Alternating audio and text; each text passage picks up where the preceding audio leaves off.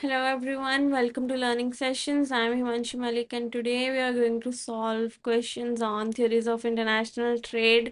That is your first chapter in this course. तो आपने अगर अपना conceptual clear कर लिया है, like you have attended the lecture on the conceptual part, तो उसके बाद आप रिवीजन के लिए, प्रैक्टिस के लिए एंड अपने कंसेप्ट और स्ट्रॉन्ग करने के लिए इस वीडियो की हेल्प ले सकते हैं। और आपने काफ़ी टाइम पहले अगर पढ़ा है तब भी आपके काफ़ी सारे कंसेप्ट यहाँ पर रिवाइज हो जाएंगे।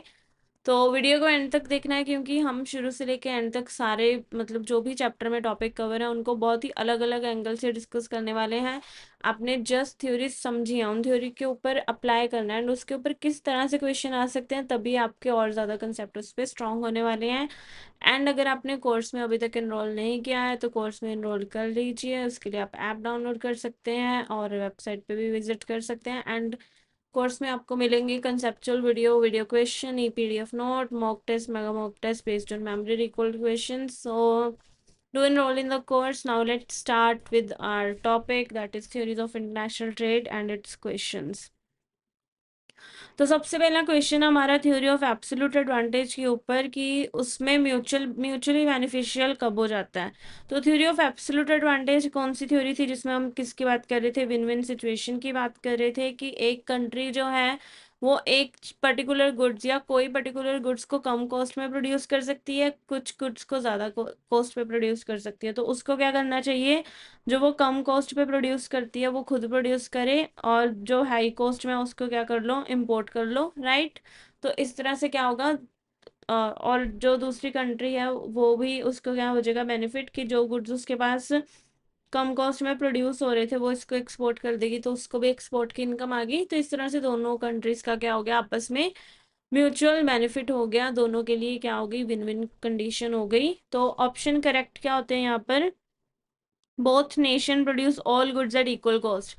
अगर सारे ही गुड्स सेम कॉस्ट पे बन रहे हैं तो फिर कोई पर्सन ट्रेड क्यों करेगा? तो ये ऑप्शन गलत हो गया। One country produces all goods at lower relative cost. अगर एक कंट्री सारे ही गुड्स सस्ते बना रही है तो फिर वो ट्रेड में पार्ट नहीं लेगी, राइट। और ऐसा प्रैक्टिकली पॉसिबल भी कम है, तो ये भी ऑप्शन इनकरेक्ट हो गया। Each country produces some goods at lowest absolute cost compare to others. This option is what we discuss कि आप जब आप ऐसी कंट्री हो जो कुछ गुड्स को कम कॉस्ट पे बनाते हैं एंड कुछ गुड्स को हाई कॉस्ट पे बनाते हैं, then you can take benefit through theory of absolute advantage. So option C is correct. And जो नेक्स्ट क्वेश्चन है, वन नेशन है सरप्लस कैपिटल एंड अदर है सरप्लस लेबर। तो लेबर क्या हो जाता है? फैक्टर ऑफ प्रोडक्शन की बात हो जाती है। हम यहाँ पर थ्योरी ऑफ एब्सोल्यूट एडवांटेज में कॉस्ट को बेसिस लेते हैं, तो इस वजह से ये ऑप्शन यूज नहीं होगा। Now, question 2. The comparative advantage theory emphasizes opportunity cost rather than absolute cost. This means what? तो सबसे पहले तो कंपैरेटिव एडवांटेज की थ्योरी क्या थी कि आप कंट्री जो है, ठीक है, अगर वो दोनों ही गुड्स को प्रोड्यूस कर सकती है, उसको कम कॉस्ट पड़ रही है, लेकिन उसके बाद फैक्टर क्या देखते हैं हम कि हमारी एफिशिएंसी कितनी है। अगर दोनों गुड्स की कॉस्ट कम है तो थ्योरी ऑफ एब्सोल्यूट एडवांटेज चला गया। फिर क्या देखेंगे? एफिशिएंटली क्या प्रोड्यूस कर सकते हो।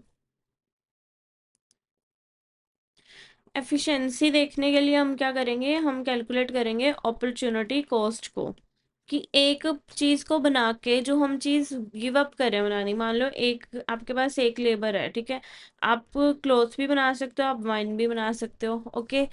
नाउ वो लेबर या तो एक एक घंटा एक क्लॉथ बनाने पे काम करेगी या वाइन बनाने पे काम करेगी। तो आप कौन सी चीज बनानी चाहोगे जिसमें ज्यादा प्रोडक्शन करे वो एक घंटे में, राइट। यही चीज हो गया। मान लो कि एक घंटे में वो दो कपड़े बनाएगी, 2 यूनिट ऑफ क्लॉथ, और वाइन का वो सिर्फ 1 यूनिट बनाएगी। तो आप कौन सी चीज प्रोड्यूस कराओगे? You will absolutely produce this. अगर आपको दोनों की कॉस्ट कम ही पड़ रही है तो बेनिफिट हम देखेंगे कि प्रोडक्शन ज़्यादा किसकी हो सकती है। तो ये था अपॉर्चुनिटी कॉस्ट का एम्फोसिस। और जो चीज़ हम कम प्रोड्यूस कर पा रहे हैं, जहाँ पे अपॉर्चुनिटी कॉस्ट ज़्यादा है, मतलब 1 यूनिट ऑफ वाइन बनाएंगे तो 2 यूनिट ऑफ क्लॉथ हमने क्या कर दी? गिव अप कर दी, है ना।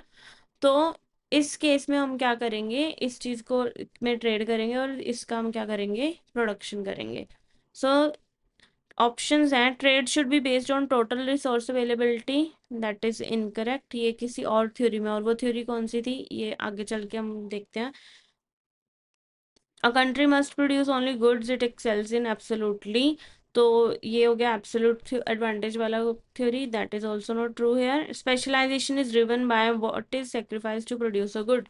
मतलब हमने जो सेक्रीफाइस किया है, अगर वो सेक्रीफाइस कम है तभी हम किसी चीज में स्पेशलाइज करेंगे। तो this is the main concept of theory of comparative advantage. And countries with less labour should not trade is also not true. Now, in Ricardo's model, if Portugal is more efficient in both cloth and wine production but trades with England, the justification lies in what? अब सबसे पहले रिकार्डो का model क्या है। रिकार्डो का model अगर आपको नाम से नहीं याद आ रहा तो यहाँ पे आप वर्ड देख सकते हो, एफिशिएंट। एफिशिएंसी का मेन किस में डील हो रहा है? एफिशिएंसी की डीलिंग हम मेनली कर रहे थे कंपैरेटिव एडवांटेज की थ्योरी के अंदर। इसका मतलब थ्योरी ऑफ कंपैरेटिव एडवांटेज की बात हो रही है कि एक कंट्री है जो दोनों चीज़ों को ही प्रोड्यूस कर सकती है, पर वो क्या कर रही है, दोनों में ही ज़्यादा एफिशिएंट है, पर वो ट्रेड फिर भी इंग्लैंड के साथ ट्रेड कर रही है। क्यों कर रही है वो ट्रेड? क्योंकि उसको अपॉर्चुनिटी कॉस्ट क्या पड़ रही है, कम पड़ रही है एक चीज़ की, राइट, तभी उसने किया ट्रेड। तो यहाँ पे हमारा आंसर हो गया this, the opportunity cost is less. और बाकी देखें तो equal distribution of labour is not correct option.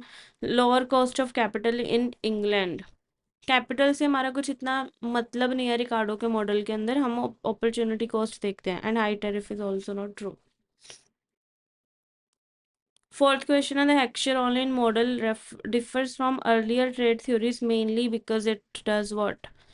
Heckscher-Ohlin model के अंदर हम क्या कर रहे हैं, डिस्कस करते हैं दैट एक कंट्री जो है उसके पास कुछ फैक्टर क्या होंगे, अबंडेंस में होंगे, कुछ स्कार्स में होंगे। तो वो कह रहे हैं जो आपके पास अबंडेंस में है आप उसमें ट्रेड उसकी प्रोडक्शन करो, जो स्कार्स में है वो आप क्या करो, उसमें ट्रेड करो। Okay, so this is the theory. तो इसमें ऑप्शन करेक्ट क्या हो, किस बेसिस पे हम कर रहे हैं बात, फैक्टर्स के ऊपर। So it it emphasizes on transport cost, no. It emphasizes on monetary policy, no. It does emphasize on what, factor endowment and relative abundance। तो सी हमारा हो गया correct answer. Question 5, a key assumption in Heckscher-Ohlin theory is that, main assumption हम क्या ले रहे हैं इसके अंदर कि फैक्टर्स हो गए हमारे पास। मान लो हमारे पास दो फैक्टर हैं, एक हो गया पेट्रोलियम, एक हो गया दूसरा फैक्टर हम क्या लें, let's just take wood. Okay, now petroleum हमारे पास है स्कार्स में, वुड हमारे पास है अबंडेंस में। ओके, तो हेक्सर-ओलिन थ्योरी क्या बोलेगी, इसमें आप फोकस करो प्रोडक्शन में। ओके, वुड से रिलेटेड जो चीज़ें हैं और जो पेट्रोलियम से रिलेटेड चीज़ें हैं उसको आप क्या कर लो, ट्रेड कर लो। बट हमने क्या अजम्पशन ले ली कि अगर एक यूनिट ऑफ वुड यूज करके मुझे मान लो 3 यूनिट्स ऑफ गुड्स मिल रहे हैं, तो मैं क्या मान रही हूँ कि पेट्रोलियम में भी एक यूनिट लेकर 3 यूनिट्स ही मिलेंगे। हो सकता है कि पेट्रोलियम की एक यूनिट पे मुझे 6 यूनिट ऑफ गुड्स मिल रहे हो, मतलब कम इनपुट पे ज़्यादा आउटपुट मिल रहा हो मुझे प्रोडक्शन करने में। तो चाहे अगर मेरे पास पेट्रोलियम कम भी अवेलेबल होता, अगर ये केस है तो उसमें मैं क्या कर सकती हूँ, पेट्रोलियम की प्रोडक्शन करके भी एडवांटेज ले सकती हूँ, राइट। बट एक्चुअल ने क्या बोला कि आपने क्या करना है कि अगर स्कार्स में है इसको आपने ट्रेड करना है। तो यहाँ पर ये थोड़ी सी थ्योरी क्या हो जाती है, कमज़ोर हो जाती है। और यही मेन इसकी अजम्पशन भी है कि आपके जो भी फैक्टर यूज़ हो रहे हैं वो सेम प्रोपोर्शन में ही यूज़ होने वाले हैं। So all countries have same factor environment, तो ये गलत हो गया क्योंकि वो क्या कह रहा है किसी के पास अबंडेंट है किसी के पास स्कार्स हैं। And production function differs across countries, this is also not the topic that we discuss in HO theory. हम यहाँ पे फैक्टर्स की बात कर रहे हैं। Different product use factors in same proportion, this is the option that is correct. कि हम मान रहे हैं कि सारे ही प्रोडक्ट जो हैं फैक्टर को सेम तरह से यूज करेंगे। अगर वुड से मैं चेयर बना रही हूँ तब भी सेम क्वांटिटी में लगेगा, अगर वुड से मैं हाउस बना रही हूँ लेट्स से तो उसमें भी यही लगेगा, that is incorrect. Okay, countries have different factor environment but identical production function. Again production function की बात ही हम इसमें नहीं कर रहे। तो ये हो गया आपका question 5। Now question 6, the factor price equalisation theorem argues that. क्या आर्ग्यू करता है वो? सबसे पहले तो फैक्टर प्राइस इक्वलाइजेशन थ्योरी क्या है? एचओ थ्योरी की एक्सटेंशन है कि फैक्टर आपके पास अगर कोई अबंडेंट में है तो आप उसकी प्रोडक्शन करते हो, स्कार्स में है तो आप उसको इंपोर्ट करते हो, बट जब आप अल्टीमेटली आप इस तरह से एक फैक्टर को लेके ज़्यादा प्रोडक्शन करते रहोगे तो उसकी डिमांड होगी ज़्यादा एंड उसका प्राइस भी बढ़ेगा। फिर एक पॉइंट ऐसा आएगा कि घर में बनाने की कॉस्ट एंड बाहर से इंपोर्ट करने की कॉस्ट दोनों क्या हो जाएंगी?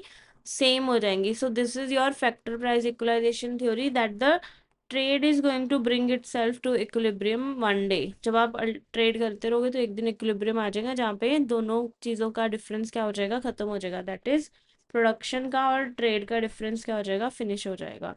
सो wages and rent converge across country under free trade. This is not a correct answer क्योंकि इसमें हम बात करें फैक्टर्स की।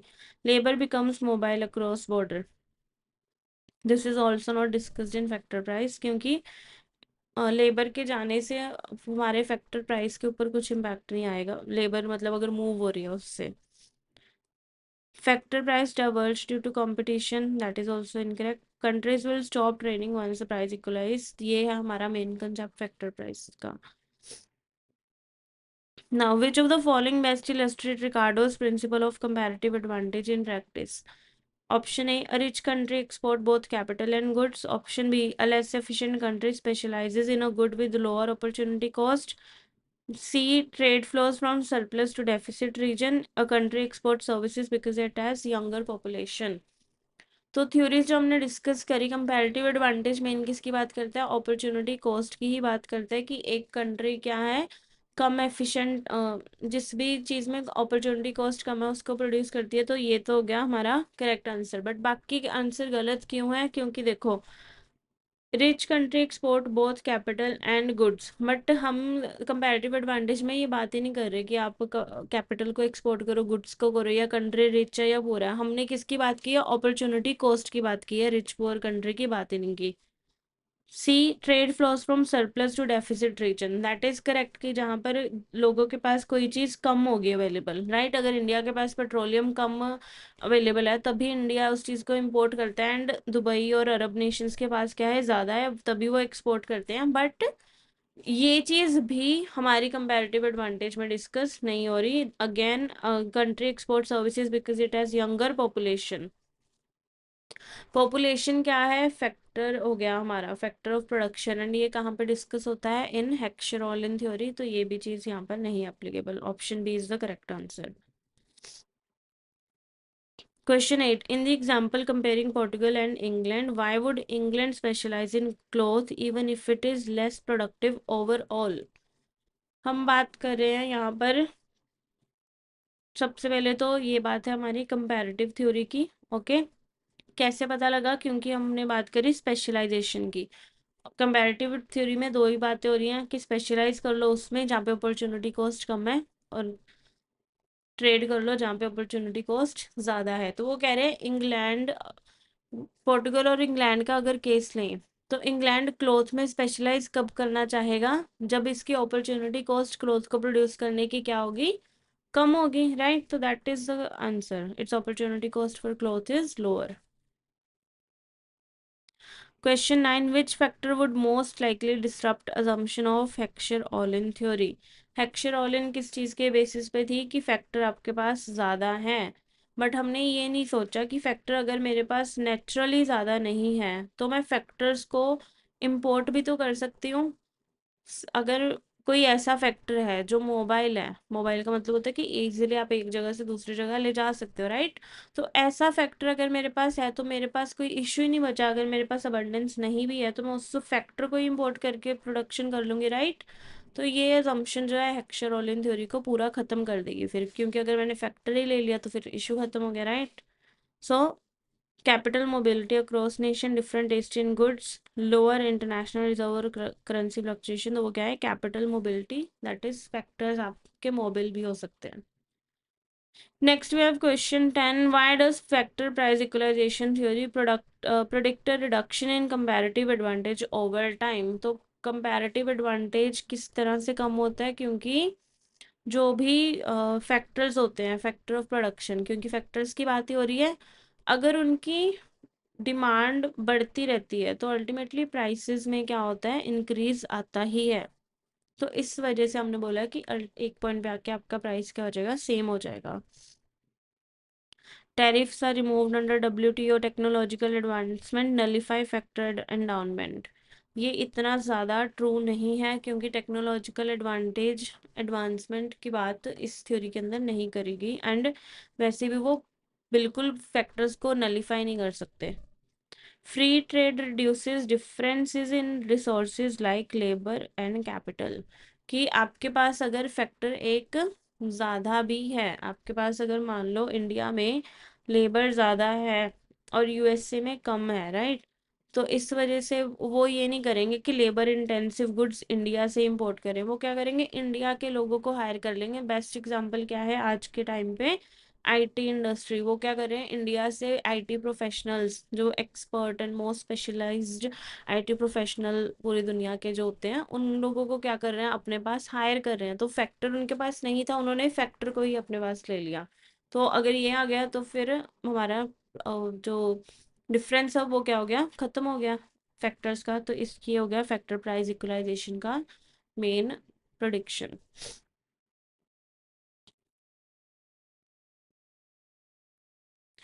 Now, next is question number 11. Which of the following does not align with Ricardo's assumption is in his trade model? रिकार्डो के model पे हमने कुछ assumptions देखी थी, उसमें क्या नहीं मैच हो रहा। Labour is the only factor of production, technology differs across country, no transport cost, fixed labour productivity. तो जब हम रिकार्डो का मॉडल लेते हैं तो हम ये मानते हैं कि फैक्टर ऑफ प्रोडक्शन क्या है, सिर्फ लेबर है, हम उसके अलावा किसी और को नहीं लेते। That is correct. No transport cost is also true, क्योंकि आप अगर कहीं पर भी हो हम मानेंगे कि लेबर्स की सेम है। एंड फिक्स्ड लेबर प्रोडक्टिविटी, कि अगर एक पर्सन है, वो उसका आज फर्स्ट डे है काम का, और एक पर्सन है जो 10 साल से काम कर रहा है, दोनों की प्रोडक्टिविटी तो डिफरेंट होगी ना। तो हमने इस चीज़ को तो कंसिडर ही नहीं किया कि लेबर का एक्सपीरियंस कितना, उसकी प्रोडक्टिविटी कितनी है। तो ये भी उसकी एक अजम्पशन है। तो बच्चा क्या, टेक्नोलॉजी डिफर्स अक्रॉस कंट्री, क्योंकि अगर टेक्नोलॉजी डिफरेंट होगी तो लेबर को हमने कंसिडर ही नहीं किया। So this is your correct answer, that is option number B. Question 12. Actual Allin's proposition can be best explained as country import goods using their scarce resources intensively. Trade benefit only capital rich nations. Factor abundance leads to lower productivity or labor abundant countries avoid trade. तो हेक्चर all in क्या था कि आप जिस factor में आप abundant हो, आप उस चीज को क्या करोगे, खुद प्रोड्यूस करेंगे। So country import goods using their scarce resources intensively, क्या है हमारा करेक्ट आंसर है इस केस में। बिकॉज मान लो आपको अगर पेट्रोलियम यूज करके कोई प्रोडक्ट प्रोड्यूस होने वाला है, तो आपको पास अगर वो अवेलेबल नहीं है तो आप उसको इम्पोर्ट कर लोगे। यही हमारी एक्चुअल ऑर्डन थ्योरी है। Why might a developing country still not benefit from absolute advantage theory? Absolute advantage theory fail कहाँ पर होगी, तो वो देख रहे हैं हम। It's currencies are fixed, it has no surplus goods, it may lack market access और ट्रेड इंफ्रास्ट्रक्चर, और comparative advantage is more relevant. क्योंकि एब्सोल्यूट एडवांटेज थ्योरी में हम क्या मान रहे हैं कि एक कंट्री एक ही गुड बनाने में स्पेशलाइज कर रही है, जो कि थोड़ा सा क्या हो जाता है, इनकरेक्ट फीचर हो जाता है। तो इस वजह से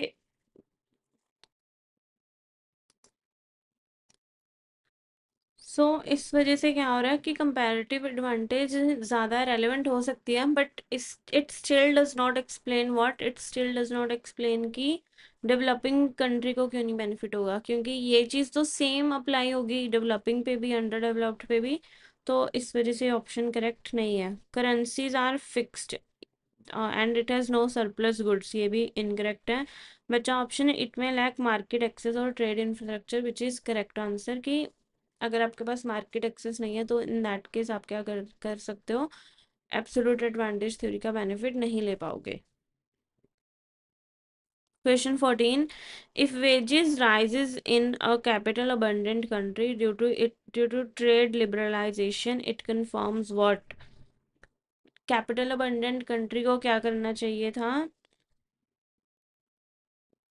अपनी जो भी अबंडेंट है जिस चीज़ में उसकी प्रोडक्शन करनी है, एंड उसका मेन फैक्टर क्या था, लेबर। तो अगर लेबर की वेजेस कब बढ़ रही होंगी, जब ट्रेड लिबरलाइज हो गया कि वो कहीं से भी लोगों को बुला सकते हैं टू वर्क, राइट। तो इसका मतलब क्या हो गया कि एक तरह से फैक्टर प्राइसेस का डिफरेंस खत्म हो गया ड्यू टू ट्रेड लिबरलाइजेशन। और यही बात कहाँ पर करेगी, यही बात करेगी थी फैक्टर प्राइस इक्वलाइजेशन थ्योरी में। तो it means factor price equalisation is in process. Okay, next we have question 15. Which of the following is central to understanding modern trade beyond comparative advantage? तो मॉडर्न ट्रेड को comparative advantage से आगे कैसे समझें? Climate change impact, technological standardisation and capital mobility, distance between countries और size of nations date. तो comparative advantage में हमने बात करी थी लेबर की, सिर्फ लेबर को माना था हमने क्या, मेन फैक्टर ऑफ प्रोडक्शन। लेकिन आज के टाइम पे क्या सिर्फ लेबर है फैक्टर ऑफ प्रोडक्शन? नहीं, हमने तो बहुत ज़्यादा, हम बहुत चीज़ों में एआई ले आए हैं जिसने बहुत काम, जिसके लिए पहले हमें घंटों घंटों बैठ के काम करना पड़ता था, अब वो एआई से हमारा कुछ ही लाइक 5-10 मिनट्स में वो काम ख़त्म कर सकते हैं। तो इस तरह से हमारे क्या हो गया, लेबर वाला फैक्टर तो एक तरह से हमारा कम बैरियर बन गया ना आज के टाइम पे, ट्रेडिशनल ट्रेड से कंपेयर करें तो। इस वजह से क्या है, technological standardisation and capital mobility क्या कर रही है, हमारा कंपैरेटिव एडवांटेज थ्योरी को फेल कर रही है, क्योंकि लेबर मूव भी हो सकती है एंड टेक्नोलॉजिकल एडवांसमेंट की वजह से भी हम क्या कर सकते हैं, बिना लेबर के भी ज़्यादा प्रोडक्शन कर सकते हैं या कम लेबर से भी ज़्यादा प्रोडक्शन कर सकते हैं। A real world flow in applying factor price equalization is what? Factor price equalisation theory जो कहती है कि एक पॉइंट पे आके प्राइस क्या हो जाएगा, स्टेबलाइज हो जाएगा, क्योंकि लेबर क्या करेगी या फैक्टर क्या करेंगे, मूव करेंगे। बट उसने क्या चीज़ कर दिया कि फैक्टर इतनी इजीली भी नहीं मूव करते जितना हम कह रहे हैं। Factor like labour and all can move, but government के लॉज आ जाते हैं, बहुत सारे फैक्टर होते हैं, ठीक है, जिसकी वजह से इतना इजीली नहीं होगा कि सारे ही लेबर एक जगह पे आके इक्वलाइज हो जाए। तो इस वजह से ये हो गया real world flow, that is factor immobility is increasingly rare. आप बहुत कम फैक्टर होते हैं जो मोबाइल होते हैं।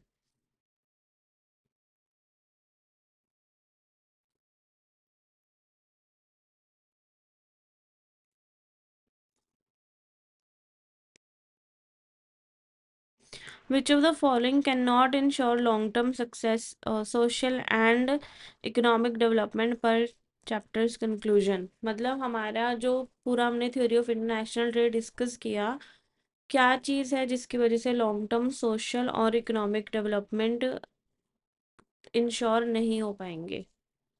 Okay, blind reliance on free trade, balanced fiscal and monetary policy, government investment in technology, controlled liberalization of sector। तो ये सारी चीज़ें तो क्या करेंगी, हमारा कंट्री की डेवलपमेंट में मदद करेंगी। आप फिजिकल पॉलिसी ध्यान से बनाओ, गवर्नमेंट की इन्वेस्टमेंट करो, अकॉर्डिंगली लिबरलाइज करो ट्रेड। बट अगर आप फ्री ट्रेड पे ब्लाइंडली रिलाई करते हो तो उससे क्या हो सकता है, आपको उल्टा नुकसान होना शुरू हो सकता है। आप दूसरी कंट्रीज पे ओवरली डिपेंडेंट हो सकते हो या आपकी कंट्री में रिसोर्सेज स्कार्स हो सकते हैं। तो option A is the correct answer है। Which element is common to both comparative advantage and Heckscher Ohlin theory? तो दोनों में क्या एलिमेंट क्या है, कॉमन है? Focus on tariff, specialisation based on efficiency, role of opportunity cost और emphasis on government planning. तो क्या चीज़ कॉमन है, हम कंपैरेटिव एडवांटेज में भी कह रहे थे कि आप उसी चीज़ को स्पेशलाइज करो जिसमें आप क्या हो,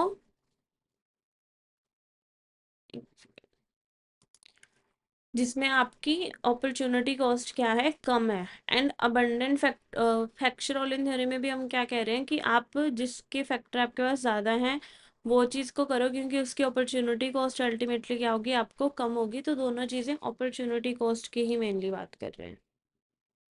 Then, why would most challenge the assumption of identical production function in the HO theory?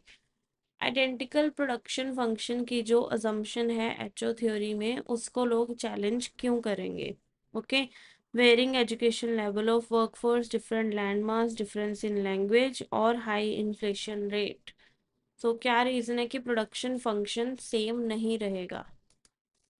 Production function का मतलब हो गया कि जैसे हमने एक प्रोडक्ट बनाना है तो उसमें मैंने रॉ मटेरियल डाला, प्लस मैंने अपनी लेबर ली और मेरे को प्रोडक्ट मेरा मिल गया। That is your production function. Okay, अब वो कह रहे हैं कि कौन सी असम्पशन है जो कि इस चीज़ को फेल कर रही है। नाउ दिस बी, ये हो गया हमारा रॉ मटेरियल, बी हो गया हमारा लेबर की प्रोडक्टिविटी। ओके, कि मान लो एंड एक्स हो गया number of hours put in, कि अगर आपने 3 घंटे काम किया है और आपके लेबर कितना टाइम लगाती है, 0.5 आवर्स लगाती है एक एक यूनिट प्रोड्यूस करने के लिए, तो आपने कितने यूनिट प्रोड्यूस कर लिए होंगे? ओके, मतलब ये रफली मैंने बकवास सी बनाई है एग्जांपल, बट आप समझ लो इस चीज़ से कि हमने क्या सोचा कि ये 0.5 जो है फैक्टर, ये क्या रहने वाला है, कांस्टेंट रहने वाला है। And that is the main wrong assumption, क्योंकि लेबर की प्रोडक्टिविटी क्या होती है, डिफरेंट हो जाती है। कब? जब वो उनके पास एक्सपीरियंस आ जाता है, जब उनके पास एजुकेशन आती है, तो यहाँ पर ये चीज़ क्या हो जाती है, वेरी करती है। क्वेश्चन 20 है नेक्स्ट हमारा। When a country exports software due to its high skilled labor force, it most aligns with what? आपने हाई स्किल्ड लेबर फोर्स आपके पास ज़्यादा थी, आपने उस चीज़ को क्या कर लिया, फिर ज़्यादा प्रोड्यूस किया। हाई स्किल्ड लेबर फोर्स क्या हो गया, आपका फैक्टर हो गया। वो फैक्टर आपके पास अबंडेंस में था, आपने उस फैक्टर को यूज़ करके उसमें स्पेशलाइज किया। तो इसका मतलब ये कौन सी थ्योरी है आपकी?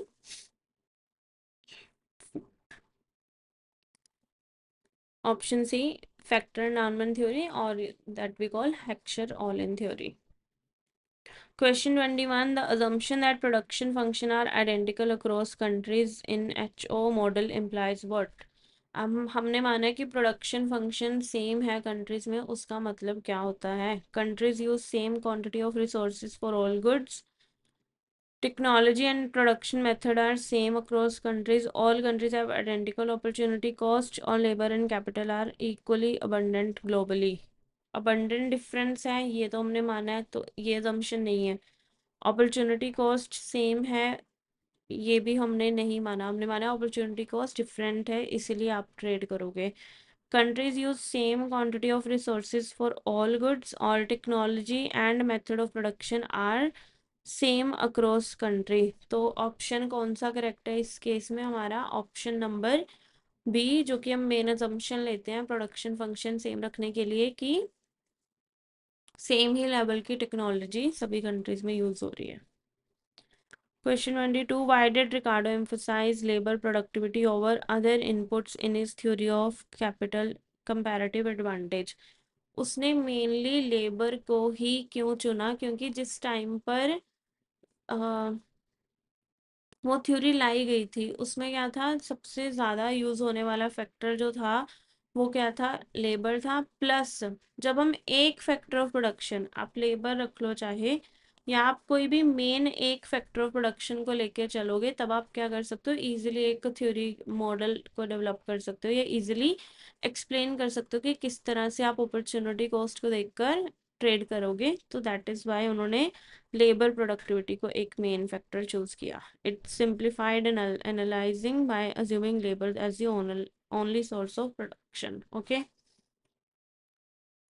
Question 23. In the context of international trade, which of the following best illustrate opportunity cost as used in Ricardo's theory? तो opportunity cost को best कहाँ पे बताया गया? A country choosing to import both goods to save foreign exchange, और A nation diverting skilled labor from agriculture to manufacture software. A firm comparing import duty between two countries, or a central bank choosing between devaluation and capital control. तो best example क्या है? रिकार्डो क्या बोलता है? आप क्या करो? स्पेशलाइज करो। ठीक है, आपके पास ऑप्शन है एग्रीकल्चर में रहने का, या आपके पास ऑप्शन है मैन्युफैक्चर करने का सॉफ्टवेयर। तो आप अपनी स्किल्ड लेबर को एग्रीकल्चर में डालने की जगह कहाँ डालोगे? सॉफ्टवेयर मैन्युफैक्चर करने में डालोगे, ताकि आप उस चीज़ में अपनी कम अपॉर्चुनिटी कॉस्ट के साथ प्रोडक्शन करो, एंड दूसरी चीज़ को आप क्या कर सकते हो? आप उसको ट्रेड कर सकते हो उसमें, international trade. Okay, so that is your theory of comparative advantage in practice. According to factor equalization theory, when two countries open to free trade, the following result is expected over time. तो क्या expected है over time? की एक point पे आके prices क्या हो जाएंगे? कन्वर्ज हो जाएंगे, आपकी कॉस्ट सेम हो जाएगी। That is option number C. Question 25. Why does the chapter suggest that relying solely on comparative advantage may be insufficient for a country's long-term development strategy? तो कंट्री की लॉन्ग टर्म डेवलपमेंट स्ट्रेटजी के लिए क्यों inefficient हो सकता है comparative advantage पर ही rely करना? Because it only focuses on what? It only focuses on labour, right? तो it assumes tariff barriers are permanent. It does not account for social or political goals. It focuses only on natural resources, not on technology. Or it recommends country avoid trade with the richer nations. तो main factor क्या था? Main था कि हमने हमेशा ये माना कि आपके पास सिर्फ एक फैक्टर ऑफ प्रोडक्शन है, दैट इज लेबर। बट हमने कभी नहीं सोचा कि टेक्नोलॉजी भी हो सकती है या और भी फैक्टर हो सकते हैं। तो इस वजह से ये हमारा हो जाता है correct answer, option number C. Now, which of the following are true regarding comparative advantage? It allows free trade even when one country is worsening and producing everything. It uses monetary cost as reference. It is based on opportunity cost, or it assumes different production technologies. तो comparative advantage के अंदर कौन सी चीज़ें true है, ये हमें बताना है।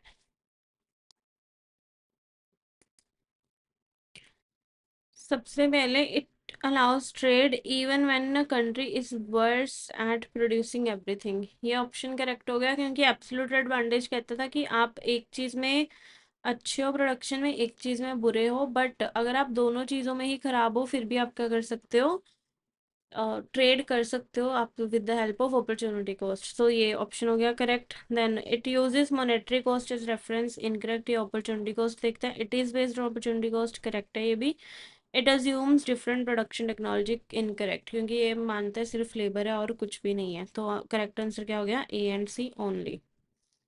Question 27. Identify correct statement about factor price equalization. Option A assumes same production function across country. Option B explain persistent wage inequality. Option C require perfect competition and mobility of goods. Or option D predict equal factor pricing over time under free trade. तो factor price equalization क्या कह रहा है कि क्या same factor of production function है countries में? That is true. Explain persistent wage inequality, this is not correct, क्योंकि वो कह रहा है कि वेज इनइक्वालिटी खत्म हो जाएगी एक दिन, right? Requires perfect competition and mobility of goods, true. Predicts equal factor pricing over time under free trade, ये भी चीज़ क्या है? सेम है। तो ऑप्शन सही कौन से हो गए? ए, सी एंड डी होंगे। Option A is your correct answer in this case. Now next question we have is, which statement are correct in context of Heckscher all-in theory? Countries export goods using an abundant factor. Assumes technology differs across country. ये incorrect हो गया। ये correct हो गया, क्योंकि आप इस चीज़ में स्पेशलाइज करोगे तो आप इसको एक्सपोर्ट करोगे। Based on different factor endowment and identical production function, this is also correct. And predicts capital rich countries will import capital intensive goods. तो क्या ये ऑप्शन करेक्ट है? that the capital rich countries will import what capital intensive goods. So ये चीज़ correct है, क्योंकि जो आप capital चीज़ों को, जिसमें आपको कैपिटल ज़्यादा लगनी है, आप वो चीज़ों को यूज़ करने वाले हो, राइट। तो ये हो गया करेक्ट आंसर। तो A to D except B are correct. Then we have question 29. Which of the following are limitation to application of international trade theories as per the document? जो भी हमारी इंटरनेशनल ट्रेड थ्योरी है उसमें क्या क्या limitation है? Real market often have trade barrier, correct. Government intervene with incentive, true.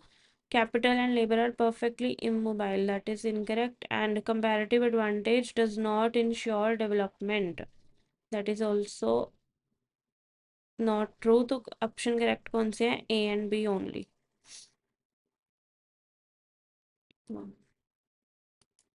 Cut.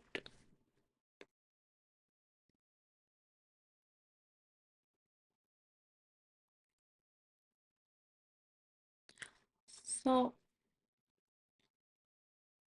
Question 29 है, which of the following are limitation to application of international trade theory?